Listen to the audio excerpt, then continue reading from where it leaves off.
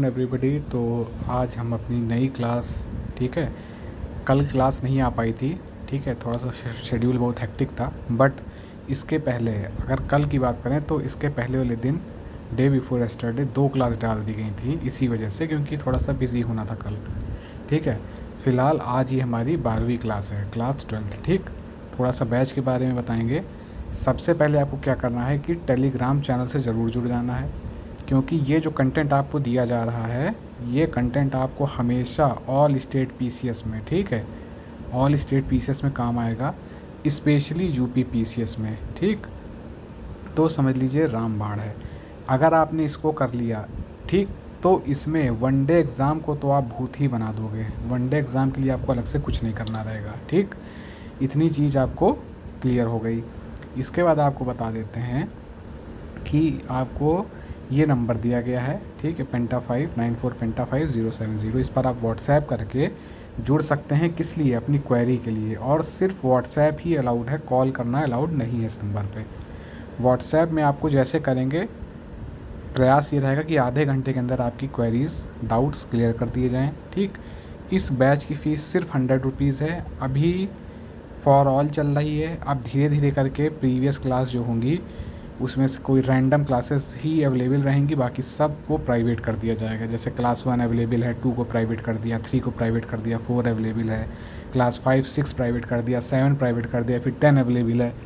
तो वो प्राइवेट कर दी जाएंगी क्लासेस, सिर्फ पेड बैच के लिए रहेंगी। और पेड बैच ही कहना बेकार है, मात्र 100 रुपीज़ इसकी अभी फ़ीस है। जैसे ही यूपी पीसीएस एग्ज़ाम आपका ओवर होगा, ठीक, उसके बाद आपको इस कंटेंट की हैसियत पता चल जाएगी, ठीक है। फिर आप खुद ही जुड़ेंगे। ये आपका हमेशा, ये आप इतने में इस बैच में जुड़ सकते हो, ठीक है।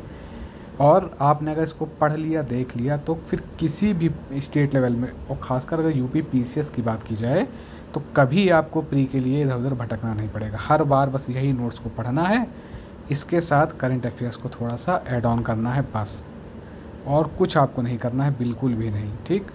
तो इसलिए आप जुड़ सकते हैं। अभी कोई समझिए 100 रुपीज़ क्या है, अभी मात्र 100 रुपीज़ में आप जुड़ सकते हैं। और हमेशा के लिए यूपी पीसीएस में प्रीलिम्स का डर, सिर्फ यही पढ़ के जाना है। 100 बार रिवाइज कर लो, 10 बार कर लो, वो आपकी ऊपर है, आपके ऊपर है। इसके अलावा आपको कुछ भी नहीं पढ़ना है प्रीलिम्स के लिए, ठीक। बाकी मेंस की डेमो पढ़ी आप देख सकते हो, मेंस का आगे बैच चलेगा, वो बात की बात है। फ़िलहाल प्री के लिए ये रामबाण है, इस नंबर से जुड़िए। कहीं आपको भटकना नहीं है प्री के लिए, सिर्फ पूरा जो भी आएगा इसी से आएगा। और कट ऑफ निकाल के, कट ऑफ के ऊपर 10-20 नंबर ऊपर जाने का हैसियत है इस नोट्स में, वो लेवल है इस नोट्स में, ठीक है। तो फटाक से आप जुड़ सकते हैं मात्र 100 रुपीज़ में। आगे बैच की फ़ीस क्या होती है वो भविष्य की बात है, ठीक है। अभी क्या है, स्टार्टअप ला रहे हैं, नए नए लोग हैं, और बस अभी समझिए कि जो कर रहे हैं वो भी नहीं निकल रहा है। बट अभी 2-3 लोग की जैसे टीम है, तो मिनिमम इतना रखा गया है कि एटलीस्ट कुछ उनको मेहनत का दिया जा सके। तो एकदम नॉमिनल, ना मात्र के बराबर 100 रुपये है। बाकी आगे इसको इंक्रीमेंट करेंगे, ठीक है। अब देखिए, जैसे कि 12वीं क्लास है, तो लोकसभा का टॉपिक है सामने। अब लोकसभा में आपको सिर्फ इतनी चीज़ें पढ़नी है, इसके अलावा आपको लोकसभा में कुछ नहीं पढ़नी है, ठीक। अच्छा, लोकसभा की पहली बात कि जो वाइस प्रेसिडेंट होता है वो एक्स ऑफिशियो चेयरमैन होता है, ठीक, आर्टिकल 64, ठीक। और जो वाइस प्रेसिडेंट होता है, क्या वो मेंबर होता है राज्यसभा का? नहीं, he is not a member of Rajya Sabha. Statement में क्वेश्चन थी कि कई स्टेट लेवल्स में पूछे गए हैं और पूछा भी जा सकता है, इंपॉर्टेंट कॉन्सेप्ट है कि वाइस प्रेसिडेंट चेयरमैन तो होता है लेकिन मेंबर नहीं होता है, ठीक। राज्यसभा जो होता है वो परमानेंट है ना, परमानेंट है। और इसमें एक चीज़ आपको ध्यान रखनी है कि जो टेन्योर होता है वो 6 ईयर्स का है। इसका अच्छा पता है कि कितने मेंबर्स रिटायर होते हैं, ठीक है, ये आपको बताना है। अच्छा, कॉन्स्टिट्यूटेड ये बनी कब? तो आपको याद रखना है 3 अप्रैल 1952, ठीक। पहला सेशन 13 मई 1952। ये भी स्टेटमेंट में जब डेप्थ में थोड़ा टफ पेपर बनाना होता है तो यहाँ से पूछ लेता है। तो आपको याद रखना है कि ये 1952 साल याद रखना है, और पहला सेशन याद रख लो आप 13 मई। पहला चेयरमैन यानी पहला वाइस प्रेसिडेंट आप ऐसे वो समझ लो, पहला चेयरमैन कौन है? डॉक्टर एस राधाकृष्णन, याद रखिए। पहला deputy chairman S V Krishnamurthy Rao. तो पहला चेयरमैन तो आपको ज़रूर याद करना है, ठीक है। पहला चेयरमैन आपको ज़रूर पता होना चाहिए, डॉक्टर एस राधाकृष्णन, ठीक। इतनी चीज़ आपको पता होनी चाहिए फ़िलहाल, ठीक। दूसरा है कंसोलिडेटेड फंड ऑफ इंडिया, ठीक। अच्छा, अब देखिए आपकी एक हमने पहले आपको कॉन्सेप्ट बताया था कि जिसमें हाई कोर्ट का जो पेंशन होता है ना, और जो सैलरी होती है वो कहाँ से लेता है, पेंशन कहाँ से लेता है ना। अब देखिए जो कंसोलिडेटेड फंड ऑफ इंडिया है वो होता है आर्टिकल 266, ठीक। Article 266, no money can be withdrawn from consolidated fund of India unless appropriation bill has been passed by both the houses, ठीक। कंसोलिडेटेड फंड ऑफ इंडिया से कोई भी मनी को निकाला नहीं जा सकता है तब तक जब तक अप्रोप्रिएशन बिल ना पास हो जाए दोनों हाउसेस से, ठीक। और अप्रोप्रिएशन बिल का है क्या है? अप्रोप्रिएशन बिल का आर्टिकल है 114 अप्रोप्रिएशन बिल, ठीक। यानी कि कंसोलिडेटेड फंड ऑफ जो इंडिया है उसका आप आर्टिकल याद कर लो 266, और ये याद कर लो स्टेटमेंट बेस्ड क्वेश्चन के लिए कि वहाँ से मनी विड्रॉ नहीं की जा सकती है, उसके लिए अप्रोप्रिएशन बिल आर्टिकल 114 रिक्वायर होता है, जिसमें दोनों हाउस से पास कराना पड़ता है, ठीक है।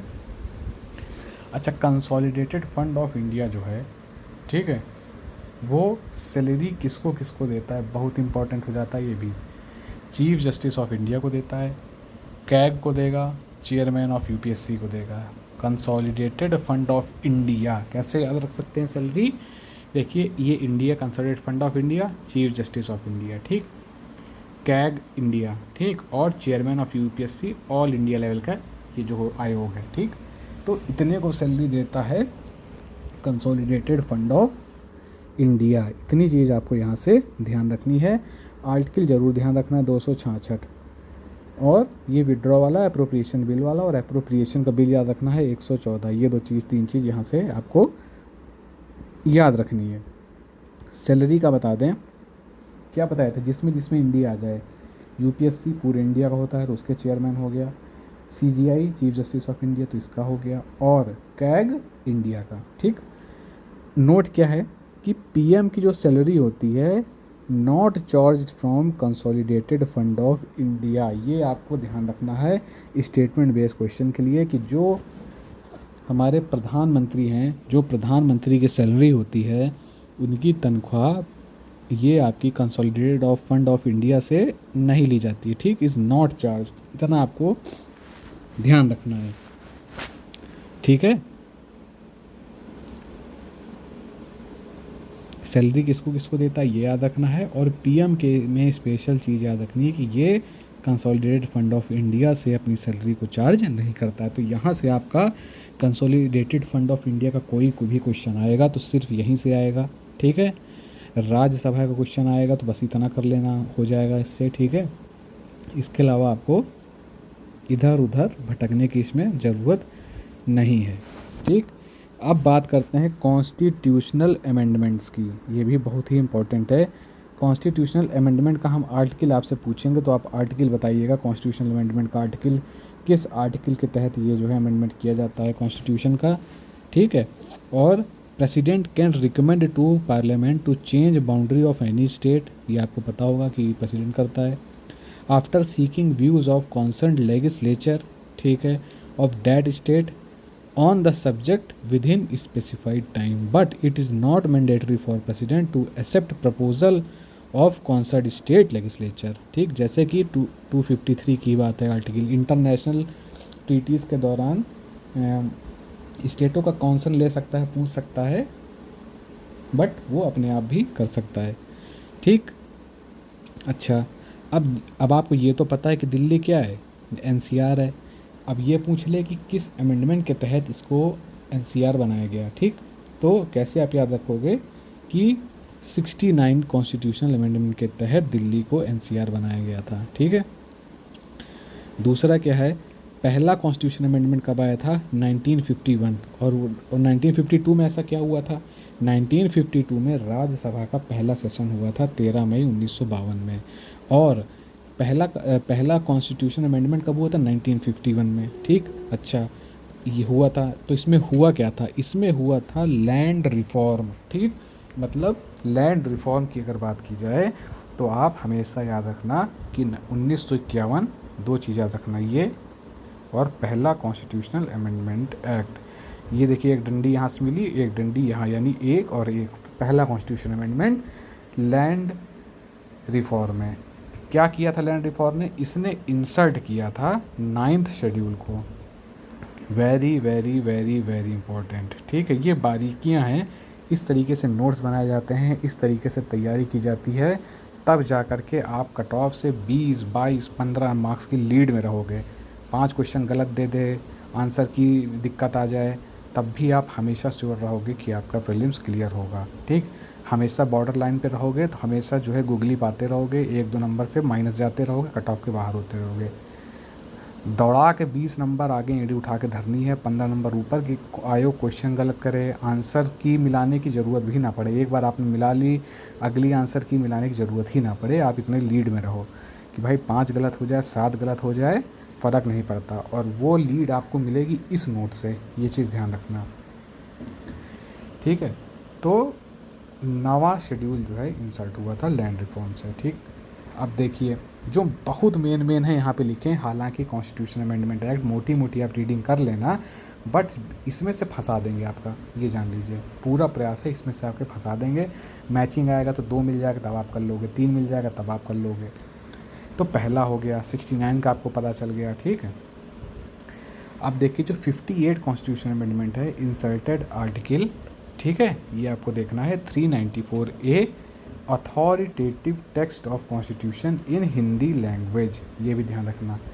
ठीक, अब जो 31 था, इंक्रीज सीट ऑफ लोकसभा। ठीक, ये भी पूछ सकता है, अभी चुनाव भी हुआ था लोकसभा का, है ना। तो जो 31 कॉन्स्टिट्यूशन अमेंडमेंट है 72 वाला, इसने लोकसभा की सीट बढ़ा दी। कितनी? इसने बढ़ा दी 20 सीटें, 525 से बढ़ा करके 545 कर दी। ठीक, और decrease seat of union territories. ठीक, लोकसभा की जो यूनियन टेरेटरीज है वहाँ की सीट घटा दी, 25 से 20 कर दी। किसने? 31 ने। तो याद रखना है पहला कि जो सीट हुई थी लोकसभा की, जो 545 पहुँच गई, वो इसी की वजह से हुई। ठीक है, 31 कॉन्स्टिट्यूशन अमेंडमेंट एक्ट की, और यूनियन टेरेटरीज की जो 20 सीट कर दी गई 25 से, वो ये हो गया। ठीक, आर्टिकल 43 भी पहला ही जो पेज था इस नोट का, जो क्लास 1 था, जो क्लास फर्स्ट थी, उसमें ऊपर से चौथे तीसरे नंबर पर ही आ जाता है कोऑपरेटिव सोसाइटीज़। कैसे आता था? जिसमें याद होगा पंचायत आपको याद कराया था, पंचायत याद रखो part 9, municipalities part 9A, and cooperative part 9A क्या है, sorry 43A and 43B for cooperative societies, है ना। जिसमें पंचायत था आपका 72nd constitution amendment act, municipality थी आपकी 73, एंड जो आपकी वो थी, सॉरी यहाँ कोऑपरेटिव सोसाइटी, ठीक, वो आपकी कौन सी थी? 97। पेज नंबर फर्स्ट की अगर बात की जाए, class first page number first, ये देखिए panchayat 73, municipalities 74 and cooperative societies 97। ठीक, यही चीज़ यहाँ पर आपको दी, यही चीज़ आपको यहाँ बताई गई है। 97 constitution amendment act, 43 cooperative societies. सबसे इम्पोर्टेंट और सबसे कन्फ्यूज़न दो में होता है, एक होता है 42वां संविधान संशोधन और एक होता है 44वां संविधान संशोधन। आज के बाद इन दोनों में आपको भी पता है सबसे ज़्यादा कन्फ्यूज़न होता है, लेकिन आज के बाद इन दोनों में का पूर्ण समाधान आपको यहाँ दिया जा रहा है। इसके अलावा इसमें आपको कभी कन्फ्यूज़न क्रिएट नहीं होगी। ठीक है, जो 47 कॉन्स्टिट्यूशन अमेंडमेंट एक्ट था वो था 1976 में। इसमें क्या था? 43A आ गया था, ठीक, एज DPSP। ठीक है, आर्टिकल 43A एज DPSP आ गया। ठीक, पार्टिसिपेशन ऑफ वर्कर्स, ठीक, ये वाला हो गया। इसको कहा जाता है, वेरी इंपॉर्टेंट, मिनी कॉन्स्टिट्यूशन। ठीक, दूसरा इनैक्टेड ड्यूरिंग एमरजेंसी के दौरान। ठीक, आपको पता है इमरजेंसी का कार्यकाल उसी के दौरान इनैक्ट किया गया। Supreme court has exclusive jurisdiction regarding constitutional validity of central law. 5 subjects were transferred from state to concurrent list. ठीक, ये बहुत इंपॉर्टेंट, आपको पता चला होगा कि यहाँ से ये क्वेश्चन इससे भी पूछता है कि पहले तो पूछ लेगा ये किस में है, तो आपको पता होना चाहिए कि कॉन्करेंट लिस्ट में है, पहले स्टेट में थे। ठीक, दूसरा किस संविधान संशोधन के तहत, तो भैया 42वें संविधान संशोधन 1976 के तहत, क्योंकि इसको मिनी कॉन्स्टिट्यूशन भी कहा गया है। ठीक है, क्या बात किया है इसमें, इसने बोला है कि जो ये आपका होगा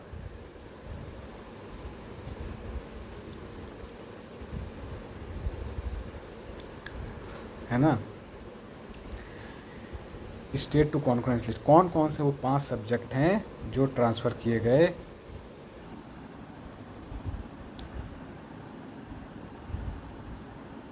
आर्टिकल जो 43A था वो DPSP में आया था, वो आया था 42nd कॉन्स्टिट्यूशन अमेंडमेंट एक्ट का। और वही अगर 43B आपसे पूछ लेंगे तो किस में आता है वो, 97 में, और किस लिए होता है, कोऑपरेटिव सोसाइटीज़ के लिए।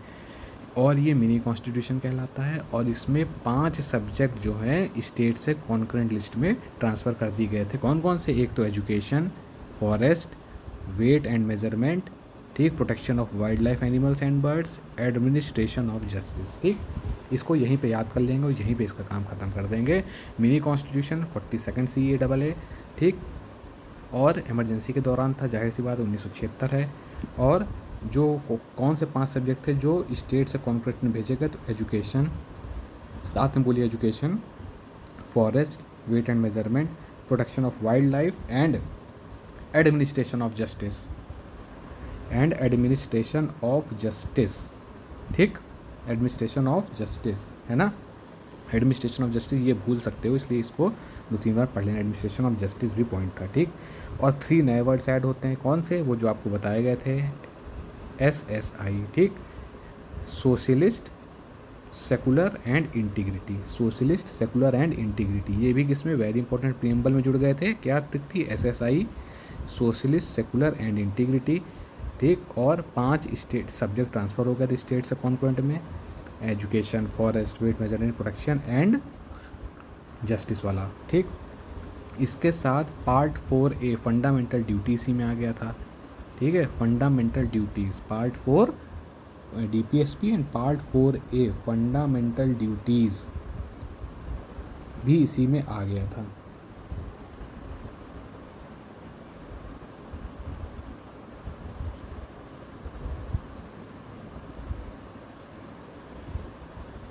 ठीक है, तो इतनी चीज़ आपको पता होनी चाहिए।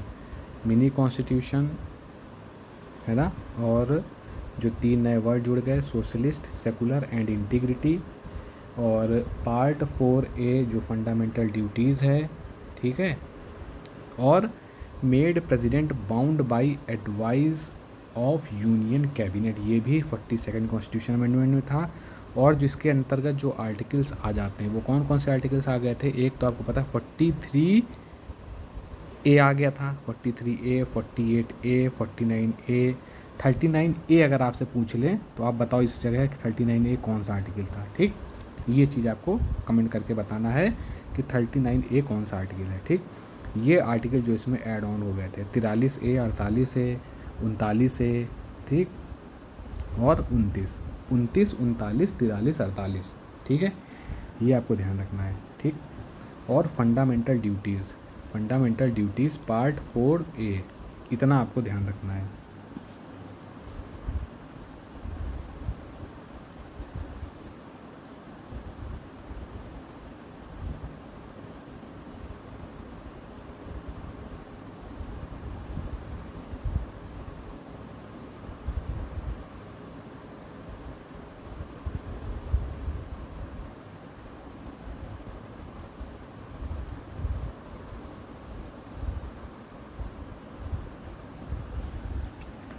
इतना ध्यान रखना है आपको। ठीक है,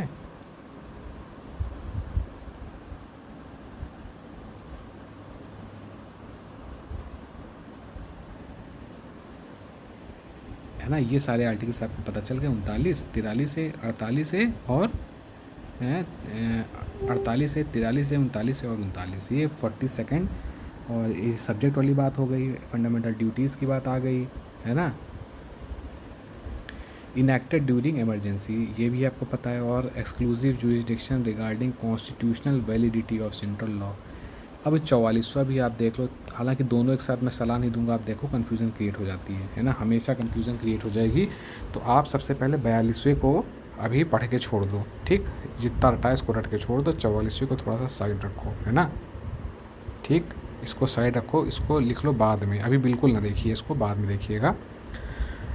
जो 84 कॉन्स्टिट्यूशन अमेंडमेंट एक्ट है 2001, ठीक, ये related to delimitation up to 2026 Lok Sabha seat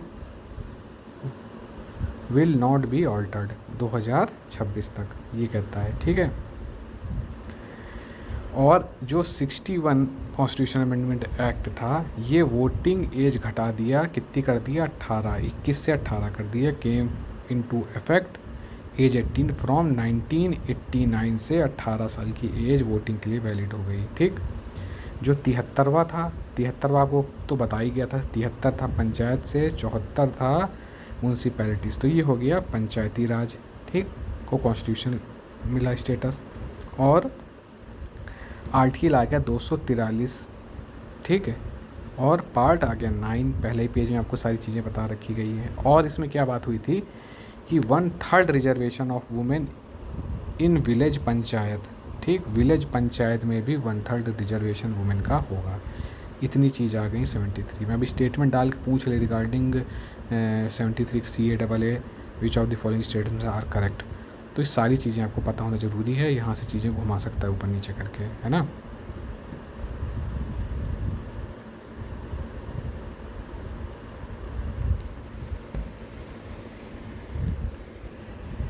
seventy three के बारे में इतनी चीज़ें आपको पता हो चुकी हैं। 84 कॉन्स्टिट्यूशन अमेंडमेंट एक्ट जो था वो आपका किस लिए था, वो बोल कि अब आप 2026 तक लोकसभा की सीट्स को अल्टर नहीं कर सकते हो, ठीक है। और इसमें सीट्स को लेकर के एक आर्टिकल और था, वो था 31, जिसमें सीट्स बढ़ाई गई थी लोकसभा की, और यूनियन टेरिटरीज से लोकसभा की सीट घटाई गई थी। ये चीज़ आपको ध्यान रखनी है। थोड़ा सा कन्फ्यूज़न है, कन्फ्यूजिंग है, लेकिन आपको ये पॉइंट्स आपको यहाँ से ध्यान रखने, एक तो थोड़ा सा ये पढ़ लेना, ठीक, और दूसरा एक ये वाला देख लें 31 वाला, है ना। इम्पॉर्टेंट नहीं है, लेकिन जब टफ बना जाता है ना, तो यहाँ से क्वेश्चन उठाया जाता है, फिर लोग चिल्लाते हैं कि क्वेश्चन पेपर टफ आ गया, ठीक। अब देखिए जो एंटी डिफेक्शन एक्ट है, ये किस में था, 52 में था, ठीक। और इसकी आपको एक चीज़ और पता होनी चाहिए, ये कौन सा है, 10th शेड्यूल। देखिए जो एंटी डिफेक्शन लॉ है, एंटी डिफेक्शन जो एक्ट है, वो 10th शेड्यूल है। और 52 कॉन्स्टिट्यूशन अमेंडमेंट एक्ट 1985 है। ये भी बहुत दल बदल, जो हिंदी में दल बदल वाले ध्यान रखें, जो दल बदल इसको बोलते हैं ना, दल बदल, दल बदल, तो इस चीज़ का भी इसमें आपको ध्यान रखना है कि दल बदल की बात हमारी किस में हुई थी। एक तो 10th शेड्यूल याद रखना, एक 52 कॉन्स्टिट्यूशन अमेंडमेंट एक्ट 1985 याद रखना, ठीक है। इसके साथ यहाँ पर लिखा है तो मतलब आपको रटना ही है। तो गोलकनाथ केस के डायरेक्ट ईयर पूछ लेता है मैचिंग में, तो अगर आपको एक दो केस कम से कम दिमाग में तो याद रही ही, ताकि आप एटलीस्ट वहाँ दो थोड़ तो एटलीस्ट मैचिंग मिला ही ले जाओ और क्वेश्चन को अपने सही कर ले जाओ। तो गोलकनाथ का जो केस था 1967, और केशव नंद भारती तो आपको याद ही होगा, कॉमन है 1973। गोलकनाथ केस हो गया 1967 और केशव भारती हो गया 1973। ये दोनों चीज़ केस आप याद कर लो, ठीक। 42वां संविधान संशोधन के बारे में आपको सारी चीज़ें बता दिया गया। 1976, ये भी मैचिंग में पूछा जा चुका है क्वेश्चन, 1976 में था ये, और मिनी कॉन्स्टिट्यूशन इसको कहा जाता था। तो गोलकनाथ क्या हो गया 1967, ठीक। केशवनंद भारती कितना हो गया 1973, ठीक। तो ये आपको मिनिमम आप लिख लोगे तो आपको याद हो जाएगा। और ये एंटी डिफेक्शन वाला, ये 52 एंटी डिफेक्शन में लिख लो, 52 कॉन्स्टिट्यूशन अमेंडमेंट एक्ट, और इधर 10 लिख लो, बस बहुत है, ठीक। इसके बाद हम बात करेंगे, ठीक, 91 कॉन्स्टिट्यूशनल अमेंडमेंट एक्ट, ये ठीक है, ये आप थोड़ा देख लेना खुद से, ठीक है। कि देखिए ये जो रुकवाते हैं ना, ये इसलिए रुकवाते हैं कि आप ऐसा ना हो कि इसको पढ़ने के चक्कर में पुराना भूल जाओ। तो आपको जैसे 42वां रटवा दिया ना, आप समझो क्वेश्चन मज़े के इससे निकाल ले जाओगे, काफ़ी क्वेश्चन आप इससे कर ले जाओगे, है ना। 44वां छुड़वा दिया कि आप एक आध दिन बाद उसको देख लेना, 42nd 44 लिख लेना, याद मत करना, बाद में रिवाइज करना, ठीक। 91 छुड़वा दिया, ठीक। देखिए 92nd भी बहुत इंपॉर्टेंट है, ठीक। क्योंकि इसके साथ ये वाला जो कॉन्सेप्ट है, क्वेश्चन हमेशा घूम फिर के यहाँ से आता रहता है। जो 92nd कॉन्स्टिट्यूशन अमेंडमेंट 2003 वाला है, इसमें 4 लैंग्वेज जुड़ जाती हैं। ट्रिक क्या थी? BDMS, ठीक। BDM का बैट आता है, एस लगा दो आगे। Bodo, Dogri, Maithili and Santhali, Bodo, Dogri, Maithili and Santhali, 4 language जुड़ गई। किस में? 8th शेड्यूल में। टोटल लैंग्वेज कितनी है 8th शेड्यूल में? 22 लैंग्वेज हैं, ठीक। अब देखिए सारा कॉन्सेप्ट आपको यहाँ लैंग्वेज से रिलेटेड जितना चीज़ है सारा आपको यहाँ पर क्लियर करवा दिया जाएगा, ठीक। कहीं भी कन्फ्यूज़न क्रिएट आपको नहीं होगी। पहला ये ध्यान रखना है कि सबसे पहले क्या करना है कि सबसे पहले 14 लैंग्वेजेस थी स्टार्टिंग में, ये आपको पता होनी चाहिए कि भैया सबसे पहले 14 लैंग्वेज मेंशन की गई थी हमारे संविधान में, ठीक। आज कितनी है? आज हैं भैया 22। तो यानी कितनी बढ़ी? 8 लैंग्वेज इसमें ऐड ऑन की गई। चलो ठीक है। किस शेड्यूल में लैंग्वेज वाली बात की गई? 8th शेड्यूल में। देखिए 3 पॉइंट यहाँ से निकल आए आपके, ठीक। 3 क्या 4 पॉइंट, नहीं नहीं नहीं नहीं 4 अभी इसको नहीं कहेंगे, अभी हम जैसा बता रहे हैं ऐसा आप मैप को समझते चलिए। पहले थी 14 लैंग्वेज, ठीक, पहला स्टेटमेंट। दूसरा, प्रेजेंट लैंग्वेज कितनी है? 22 या 24? स्टेटमेंट देख पूछ सकता है कि 24 लैंग्वेज हैं तो आप फॉल्स कर दोगे, है ना, गलत स्टेटमेंट। पहले थी 14, अब हैं 22। या पूछ सकता है 8 लैंग्वेजेस ऐड ऑन की गई, 10 लैंग्वेज ऐड ऑन की गई और इनिशियल से घुमाने के लिए, तो आप कह दोगे नहीं, 8 लैंग्वेज ऐड ऑन की गई हैं। पहले 14 थी और आज की डेट में है भैया 22, ठीक है। इतनी चीज़ हो गई। तो जो 21वां था कॉन्स्टिट्यूशन अमेंडमेंट एक्ट, ठीक, इसमें क्या हुआ? एक लैंग्वेज ऐड हुई, समझिएगा बात, एक लैंग्वेज ऐड हुई। पहले 14 थी, इसमें एक लैंग्वेज ऐड हुई, अब लैंग्वेज हो गई 15। और तो ऐड कौन सी की गई? सिंधी। अब देखिएगा लेवल क्वेश्चन का टफ कर रहा है वो पूछेगा पहला कि 21वें संविधान संशोधन में कौन सी लैंग्वेज ऐड की गई? सिंधी ऐड की गई, ये पता होना चाहिए। 5 लैंग्वेज ऐड की गई, कितनी लैंग्वेज ऐड की गई? एक लैंग्वेज ऐड की गई। 21वां संविधान संशोधन के दौरान टोटल लैंग्वेजेस हो गई कितनी? पता होनी चाहिए भैया, 15 हो गई।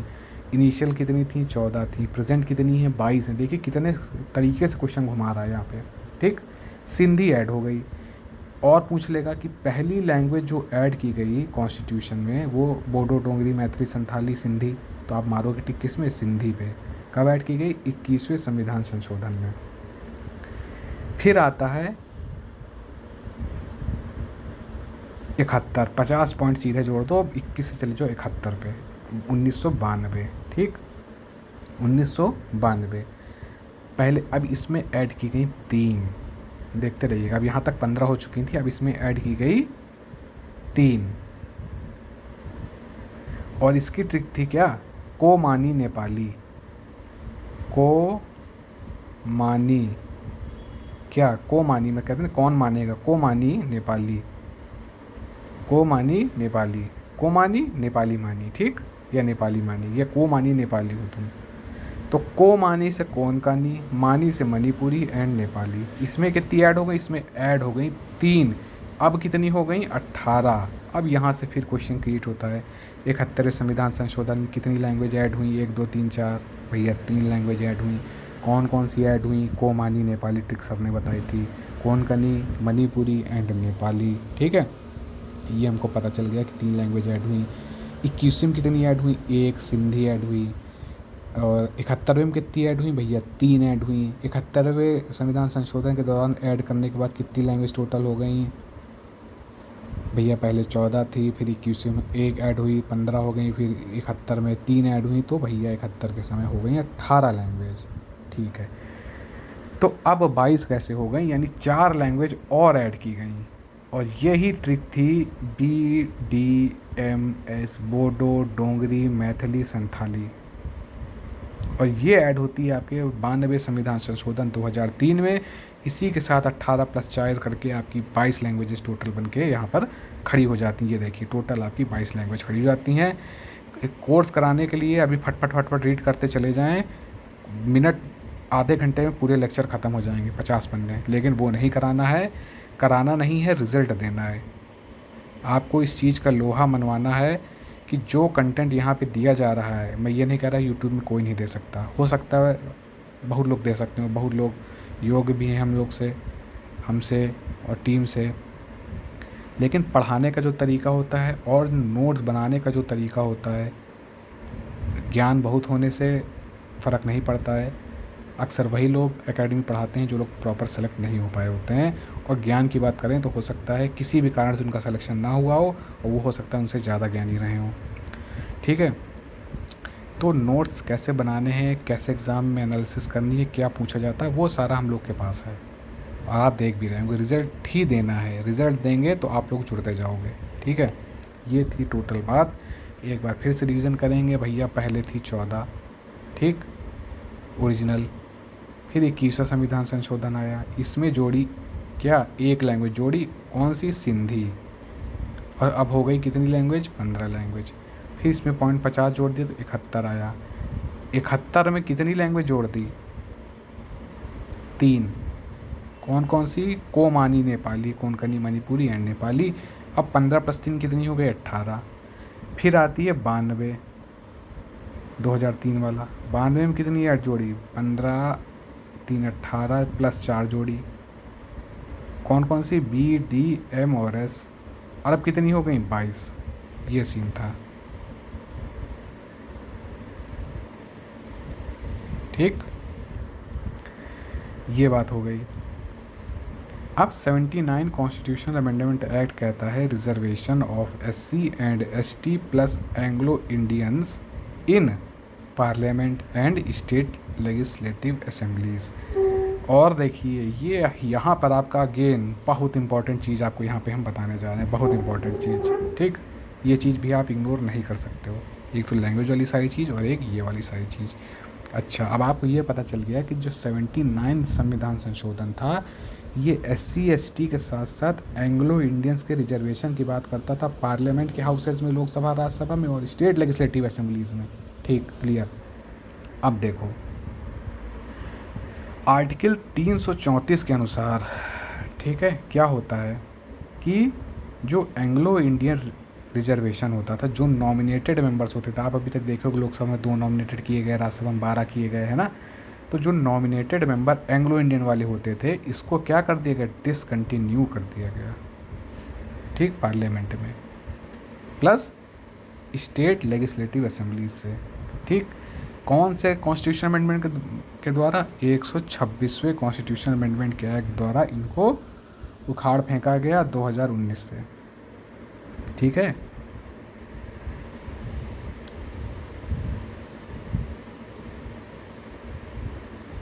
ठीक, ये आपको यहाँ से पता होना चाहिए। ठीक है,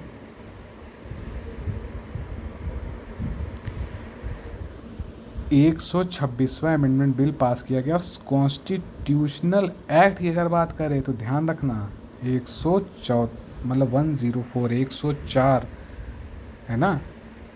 कॉन्स्टिट्यूशनल अमेंडमेंट एक्ट 2019 में क्या हुआ कि जो हमारा आर्टिकल 334 बात किसकी करता था, एंग्लो इंडियंस के नॉमिनेटेड रिजर्वेशन जो थे लोकसभा में, राज्यसभा में और स्टेट लेजिस्लेटिव असेंबलीज़ में। तो हालांकि राज्यसभा से नहीं, आप लोकसभा से आप देखे होंगे कि हटा दिया गया है ना। तो इसमें क्या हुआ कि 104 कॉन्स्टिट्यूशन अमेंडमेंट जो था उसके दौरान इसको हटा दिया जाता है और लागू हो गया 2020 से। अब इसमें ये आपको क्लियर हो गया। ठीक, अब एक चीज़ और जान लो, एजुकेशन से रिलेटेड एक आपको आर्टिकल पता होगा हमेशा से, 21 से, राइट टू एजुकेशन।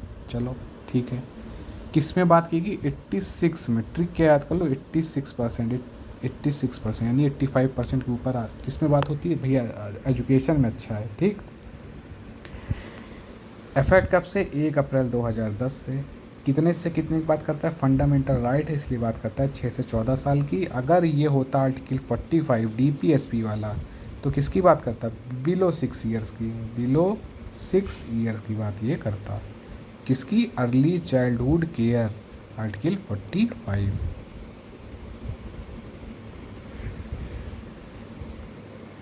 इतनी चीज़ आपको यहाँ से ध्यान रखनी है, इसमें बेसिक चीज़ ये है।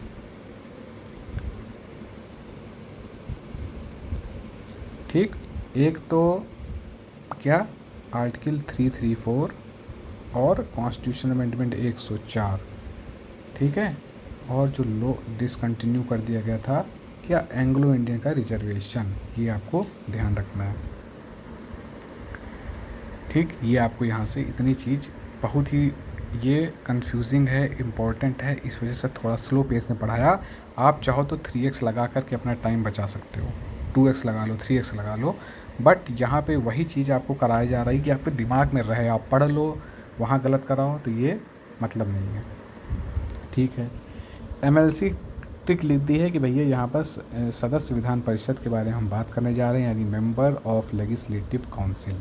ये नोट बनाने का तरीका है। अब एमएलसी देख, एमएलए सबको पता है, विधायक, एमएलसी आपको सबको पता है, तो ये हम बात हो रही है एमएलसी की, सीधे दिमाग में कैसे चिपकाना है, कैसे खेलना है साइकोलॉजी से, वो आपको यहाँ बताया गया है। ठीक, एमएलए की अगर पूछें एज क्या है, 25 साल विधायक बनने की मिनिमम,